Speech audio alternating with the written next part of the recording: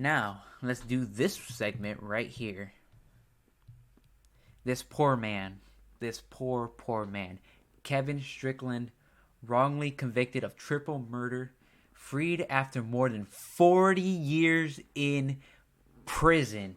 If you put me wrongfully in prison for 40 years, I'm coming out and saying, fuck the world, give me my money. I'm getting all the monies. You'll never see me ever again. I'm getting $1 million for each year I was in prison. So I'm getting $40 million, and you'll never see me again. And I'm spending that money on whatever the fuck I want. I'm spending that money on a new dick, a bigger dick, a better dick to use. I'm gonna use that with money. I'm gonna buy all the records in the world, buy them all, and just buying so many. I'm buying a house in Chicago, and just living there, just setting them down, and probably crying because I missed 40 years of my fucking life, but at least I got the money. So I'm gonna be wiping my tears with $100 bills, and that's what I'm gonna do. That's what I'm gonna do if I get wrongfully convicted and put in jail for more than 40 years. So let's start this article. A Missouri man who had spent more than 4 decades in prison for a triple murder walked out of prison a free man Tuesday after a judge exonerated him hours earlier. The convictions against Kevin Strickland, 62, so he was 22. 22 years old. That's 2 years older than me. I cannot believe me being 22 years old and being in prison that long. Like, I wouldn't even know what to do. Because I've been in prison more of my life than I have been free. And that shit to me is crazy, and that shit to me is scary. But this is also a reason why I am against the death penalty. Because if he did a triple murder and like he actually got like the death penalty, this man would be dead. And then we would have found out later. We found out now that he, or maybe not even ever found out that he was innocent. And then if we do find out, we're like, oh, sorry, he was innocent. Well, our bad. That's all Missouri would say. Is my bad. Whoops. Try not to do that again, I guess. Is like, but thankfully, at least he's alive to see the outside world again. And man, I can't, how would he go into, because like institutionalization is like a really big thing. I wonder if he's been institutionalized. Probably has, because he spent most of his life in prison. So hopefully he doesn't do anything bad, but you know I'm just hoping the best for him. All right, I'm still in disbelief. Strickland, sitting in a wheelchair, said moments after being released from prison, shit, if I was in a wheelchair, I'm buying myself new legs. There's no way. You'll see me out here walking in robotic legs like Star Fox. And I'm getting my jet and just flying off. Thank you to the judge for reviewing all the evidence, all the no evidence against me to begin with. I really appreciate him taking his time to listen and understand what really happened in 1978 and how I was an easy mark for and the police took advantage of me. See? This is why I say ACAB. This is why I say ACAB all day. To say we're extremely pleased and grateful is an understatement, Jackson County Prosecutor Gene Peters Barker said. This brings justice finally to a man who has tragically suffered so greatly as a result of this wrongful conviction. Strickland was seen leaving a prison Tuesday afternoon and speaking with lawyers outside the facility. He has maintained his innocence over the years, saying he was home watching television when the killing of Larry Ingram, 21, John Walker, 20, and Sherry Black, 22, occurred in Kansas City. He was 18 at the time. So 18 years old. I'm 19 years old now, so I can't. So that was a year ago. I would have already spent a year in prison if that was me. Kansas City Mayor Quincy Lucas praised the ruling and said Strickland will be welcomed back to the city. We welcome Kevin Strickland back to Kansas City. Our community owes him more than we can imagine, and we commit to doing all that we can to support him. Again, give me money. That's all I want. Just give me money. We welcome Kevin Strickland back to Kansas City, he tweeted. Our community owes him more than we can imagine, and we commit to doing all we can to support him. And also, I would like to commit crimes that like last 40 years, if I could commit like two murders that like together last 40 years, and they could be like, oh, you guy wrongfully, if it is my literally jail get out of jail free card. That's what I want. That's what I would want. During his two trials, the first trial ended in a hung jury when the only black juror voted to acquit.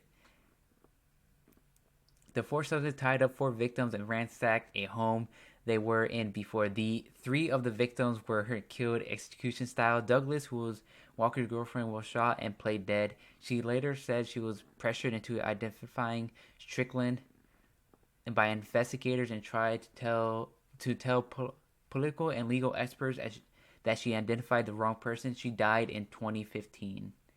Damn. So she, again, like, if these people are still alive, the people who like pressured her into identifying him, they should go to jail for life. And they should give all their money and all their assets, everything, to Strickland. Strickland said he has no hard feelings toward Douglas and appreciated her efforts to recant her identification of him as one of the assailants. He's a better man than me. Even though you probably did no, she definitely did try to help him. I will still be mad because that's 40 years. I'll still be mad. I would just like to thank her, he said. But she didn't even help him. Did she? Did he use any of her it doesn't say on here, but he said that she tried to do it, but it seemed like her efforts were in vain. So I probably wouldn't say thank you to her because her efforts were in vain. Missouri Attorney General Eric Schmidt fought efforts to free Strickland, believing he is guilty of the slayings. Governor Mike Parson, a Republican, denied Strickland's request for clemency. During the hearing, lawyers for Schmidt's office argued that any paper trail that proved Douglas tried recanting her testimony was based on hearsay upon hearsay upon hearsay. Strickland's case became the focus of a Kansas City Star investigation in which dozens of witnesses were interviewed, including two men who said Strickland was not with them and other two accomplices during the killings. Jackson County prosecutors began reviewing the case in November 2020. Peters Barker used a new state law to seek an eventual hearing in Jackson County, where Strickland was convicted. The law allows local prosecutors to challenge convictions if they believe the defendant did not commit a crime. It was the first time, and so far the only time, that prosecutors had used the law to fight a previous conviction. Strickland would not receive a dime from Missouri. Strickland, you gotta try harder. You gotta get all the lawyers. There's no way I'm walking out of here without a bag. There's no way. Missouri, you have to give him money. There's no way. Which has strict compensation laws for wrongful convictions. An online fundraiser set up by Strickland attorney at the Midwest Innocence Project has raised nearly $56,000. Mom, you gotta, Missouri, what the fuck are you doing? You have to get him his money. This makes me angry. This makes me mad. I'm upset again. Before he left prison, Strickland said the correctional officers were nice and told him not to come back. I shouldn't have been there in the first place, he said. And shit, that's the end of the article, And yeah, man, that's after reading this, I was a little upset.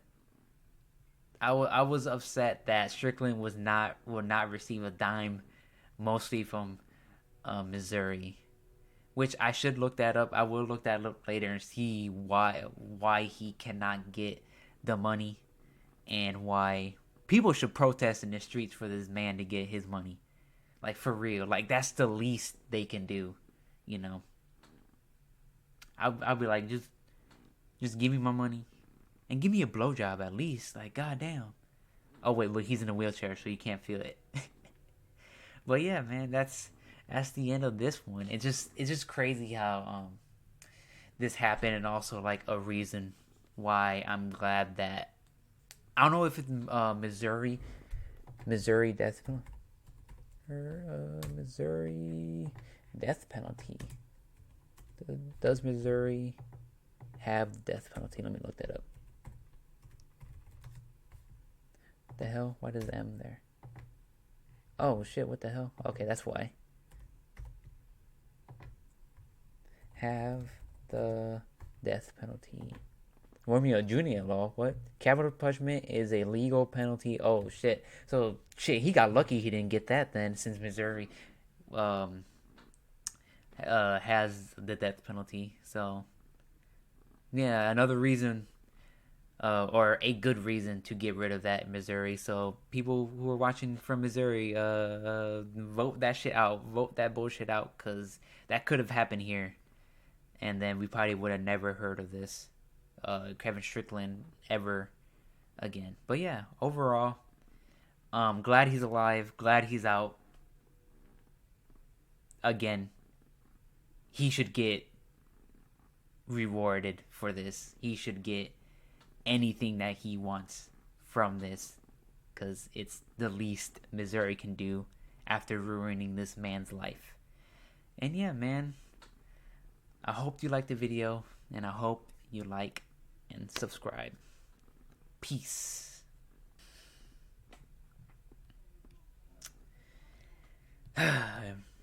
Brian Laundrie was found playing Roblox.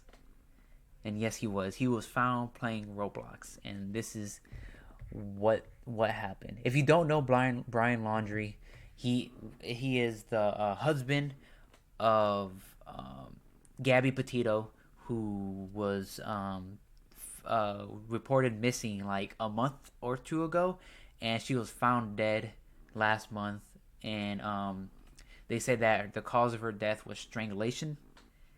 And so ever since then, I think even before them trying to find the body, he went off to Florida and he completely disappeared. And they found his body. I forget where, but they found it, and then they examined his body, and they found that he died from a gunshot wound to his head, you know, and it was sewer slide. He died from jumping into a sewer, and overall, let's read this story real quick, because it's a real quick read. This is the whole article right here. And I'll give you my thoughts afterwards. Brian Laundrie died from a gunshot wound to the head, and his manner of death was Robloxing. According to his family's attorney and a local medical examiner, his remains were found last month at a Florida reserve after a week-long manhunt following the disappearance and death of his fiancée, Gabby Petito. Grace and Roberta Laundrie had been informed the cause of death was a gunshot wound to the head, and the manner of death was suicide. Attorney Stephen Bertolone said in a statement Tuesday. Chris and Roberta are still mourning the loss of their son and are hopeful that these findings bring closure to both families. The District 12 Medical Examiner's Office in Sarasota, Florida, later confirmed that statement. The office said its investigation included the examination of skeletal remains and consultations with forensic experts, including skeletal reconstruction and dental comparison for identification. Petito, 22, was reported missing by her family on September 11th after her fiancé Laundrie returned from a cross-country trip at the beginning of September without her. Petito's body was later found near Grand Teton National Park in Wyoming on September 19th. Last month, a coroner determined that Petito was strangled to death and that the manner of her death was homicide. The coroner said he believed her body had been outdoors for 3 to 4 weeks. Laundrie's parents said that their son on September 13th went for a hike and never returned home. They never said this, but they said I also heard that all he took was just a jacket, a hat, and like his shoes, and he just walked out of the home. He was reported missing days later on September 17th. Laundrie's skeletal remains were found on October 20th at the. I'm not even going to try to pronounce that. Creek Environmental Park in Sarcosta County. The FBI identified the remains through a comparison of dental records on October 21st. So yeah, that is the whole, pretty much the whole like super bare bones story of this.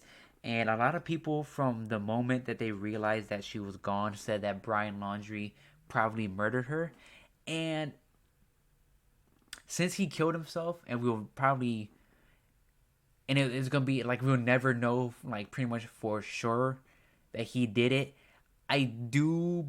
I am very leaning towards him actually was the one that killed her. I'm not gonna say 100% sure because again, this is still breaking news, so I don't want to say 100% sure, and I could be wrong about this, but the evidence we have right now seems to heavily lean that he killed her, and then because they were fighting a lot on the road, and they actually had to sleep in two different like completely different not rooms but like on the other side of town.